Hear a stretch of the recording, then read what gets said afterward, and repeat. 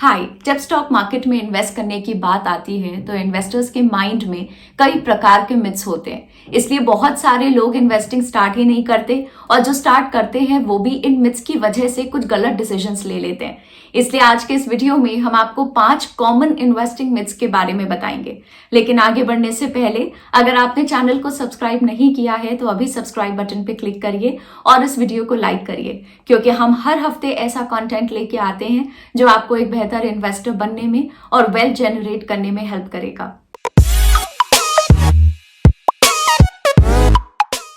तो चलिए अब अपने टॉपिक पे वापस आते हैं। Myth number 1, you need a lot of money to start investing. बहुत सारे यंगस्टर्स के मन में ये मिथ रहता है कि इन्वेस्टिंग स्टार्ट करने के लिए बहुत ज़्यादा अमाउंट की ज़रूरत है। हालांकि कुछ सेंचुरीज पहले ये बात सही थी, क्योंकि उस समय जनरल पॉपुलेशन को सेविंग्स और इन्वेस्टिंग के बारे में ज़्यादा नॉलेज नहीं थी और यूजुअली किंग या फिर अपर क्लास लोग ही इन्वेस्ट करते थे। लेकिन अब इंटरनेट की वजह से लोगों में अवेयरनेस बढ़ी है और इन्वेस्टिंग आम लोगों के लिए एक्सेसिबल हो गई है। बहुत सारे डिस्काउंट ब्रोकिंग एप्स जैसे कि ग्रो, जीरोधा, अपस्टॉक्स एटसेट्रा की हेल्प से आप घर बैठे ऑनलाइन डीमैट अकाउंट करवा के अपनी इन्वेस्टिंग जर्नी स्टार्ट कर सकते हैं। इसके साथ साथ इन ब्रोकर्स की हेल्प से आप 100 रुपए से भी अपनी इन्वेस्टिंग स्टार्ट कर सकते हैं और अपने फाइनेंशियल फ्यूचर को सिक्योर कर सकते हैं। अब हमने ये बात तो समझ ली कि इन्वेस्टिंग करने के लिए आपको बहुत ज्यादा अमाउंट की जरूरत नहीं है, लेकिन कम पैसों के साथ भी जब हम इन्वेस्टिंग स्टार्ट करते हैं तो बहुत सारे इन्वेस्टर्स के माइंड में एक ये मिथ होता है कि किसी भी इन्वेस्टमेंट ऑप्शन की पास्ट परफॉर्मेंस इसके फ्यूचर रिटर्न्स की गारंटी देती है। चलिए इस मिथ को भी सेकंड पॉइंट में क्लियर करते हैं। Myth number 2, past performance guarantees future returns. आपको सबसे पहले ये बात समझ लेनी चाहिए कि ये स्टेटमेंट अपने आप में गलत है। चलिए इसको एक एग्जाम्पल से समझते हैं। जैसा कि हम जानते हैं कि फोर्ड कंपनी पिछले कई डेकेड से कार्स बना रही है और एक टाइम में ये कंपनी वर्ल्ड की लीडिंग कार मैन्युफैक्चरर थी, लेकिन आज टेस्ला जैसी बहुत सारी कंपनीज इसको टफ कंपटीशन दे रही हैं। इसलिए किसी भी कंपनी की पास्ट परफॉर्मेंस इसके फ्यूचर रिटर्न्स की गारंटी नहीं देती, क्योंकि दुनिया में बहुत सारे टेक्निकल और इकोनॉमिकल चेंजेस आ रहे हैं जिसकी वजह से नई नई कंपनीज मार्केट में आ रही हैं। अगर हम इनोसाइट के एक रिसर्च के रिजल्ट्स की बात करें तो इसके अनुसार साल 1965 में S&P 500 इंडेक्स में एक कंपनी का एवरेज टेन्योर 33 इयर्स का था, लेकिन 1990 तक ये नीचे गिरकर 20 इयर्स तक आ गया और आगे फ्यूचर में ये नंबर और भी नीचे जाएगा, क्योंकि टेक्नोलॉजिकल एडवांसमेंट, डिसरप्शन और नई इंडस्ट्रीज के इमर्जेंस के कारण नई कंपनीज बहुत तेजी से मार्केट में आ रही हैं। इसलिए अगर किसी भी कंपनी की पास्ट परफॉर्मेंस अच्छी है तो भी इस बात की कोई गारंटी नहीं है कि ये कंपनी फ्यूचर में भी अच्छा परफॉर्म करेगी। बड़े बड़े इन्वेस्टर्स जैसे कि वॉरेन बफेट और राकेश झुनझुनवाला भी कॉन्स्टेंटली नई नई चीजें सीखते हैं ताकि वो बेटर इन्वेस्टिंग डिसीजंस ले सकें। चलिए अब बात करते हैं थर्ड इन्वेस्टिंग मिथ की। Myth number 3, investing is complicated. बहुत सारे इन्वेस्टर्स को ये लगता है कि इन्वेस्टिंग बहुत ज्यादा कॉम्प्लेक्स और कॉम्प्लिकेटेड है, और आजकल इंटरनेट पर इन्वेस्टिंग से रिलेटेड बहुत सारी इंफॉर्मेशन अवेलेबल होने के कारण भी इन्वेस्टिंग कॉम्प्लेक्स लगने लगती है। हाँ, ये बात सही है कि एक अच्छा इन्वेस्टर बनने के लिए आपको एक सर्टेन लेवल की रिसर्च और नो हाउ की नॉलेज की जरूरत पड़ती है, लेकिन इसका मतलब ये नहीं कि सिर्फ एक्सपर्ट्स ही इस मार्केट में पैसा कमा सकते हैं। इसके साथ साथ आजकल पैसिव इन्वेस्टिंग का ट्रेंड भी बढ़ रहा है। पैसिव इन्वेस्टिंग में इन्वेस्टर्स मार्केट को बीट करने की कोशिश ना करके जनरल मार्केट के रिटर्न्स को ही इम्यूलेट करने की कोशिश करते हैं। बहुत सारे इंस्ट्रूमेंट्स जैसे कि index funds, ETFs, mutual funds etcetera ने भी इन्वेस्टिंग को बहुत ज़्यादा सिंप्लीफाई कर दिया है। इनकी हेल्प से अब इन्वेस्टर्स सिर्फ अपनी इन्वेस्टिंग नॉलेज पर ही डिपेंड ना रहकर एक्सपर्ट्स के थ्रू भी अपना पैसा इन्वेस्ट कर सकते हैं। इसलिए हम ये ज़रूर कह सकते हैं कि अच्छे स्टॉक्स पिक करने के लिए थोड़ा नॉलेज और एक्सपीरियंस की ज़रूरत तो पड़ती है, लेकिन इसका मतलब ये नहीं है कि इन्वेस्टिंग बहुत ज़्यादा कॉम्प्लिकेटेड और डिफिकल्ट है। चलिए अब बात करते हैं फोर्थ इन्वेस्टिंग मिथ की। Myth number 4, you need to follow financial news and stock prices daily. बहुत सारे इन्वेस्टर्स और स्पेशली बिगनर्स को ये लगता है कि उन्हें फाइनेंशियल न्यूज़ और डेली स्टॉक प्राइसेस को फॉलो करना ज़रूरी है।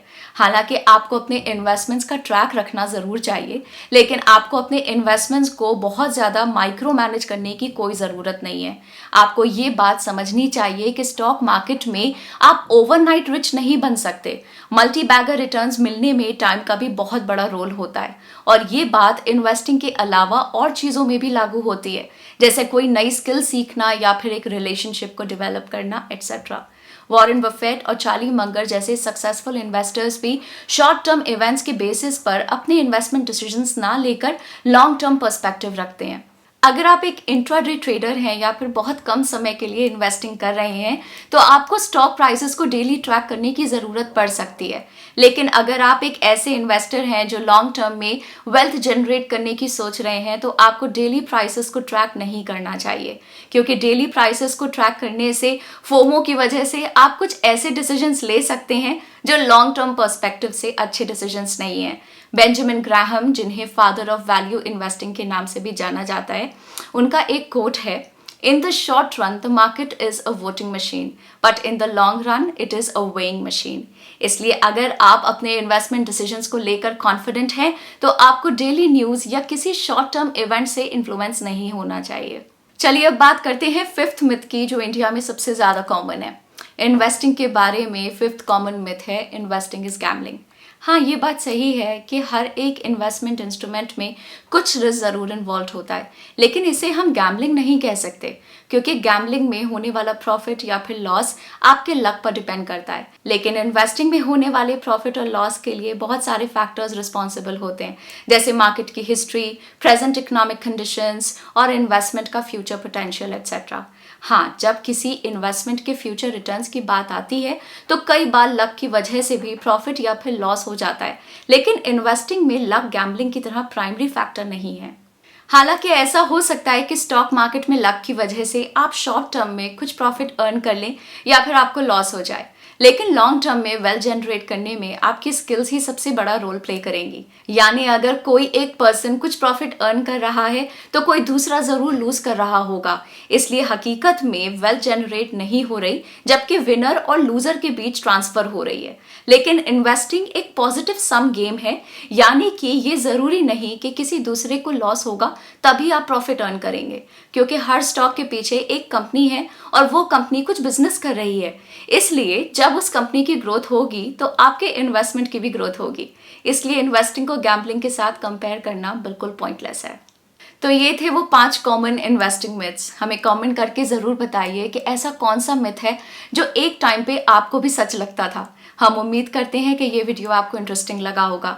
हम आपको ये भी बताना चाहेंगे कि हमने ग्रो प्लस के नाम से नया चैनल लॉन्च किया है, जहां हम करियर, इन्वेस्टिंग, हेल्थ, एंटरप्रेन्योरशिप और बहुत से इंटरेस्टिंग टॉपिक्स पे वीडियोस पोस्ट करते हैं। तो अगर आप भी अपना बेस्ट वर्जन बनना चाहते हैं और वेल्थ क्रिएट करना चाहते हैं, तो आपको ग्रो प्लस ज़रूर सब्सक्राइब करना चाहिए। चैनल का लिंक आपको इस वीडियो के डिस्क्रिप्शन में मिल जाएगा। मार्केट के बारे में लेटेस्ट अपडेट्स के लिए ग्रो के चैनल को सब्सक्राइब करें। Bye bye.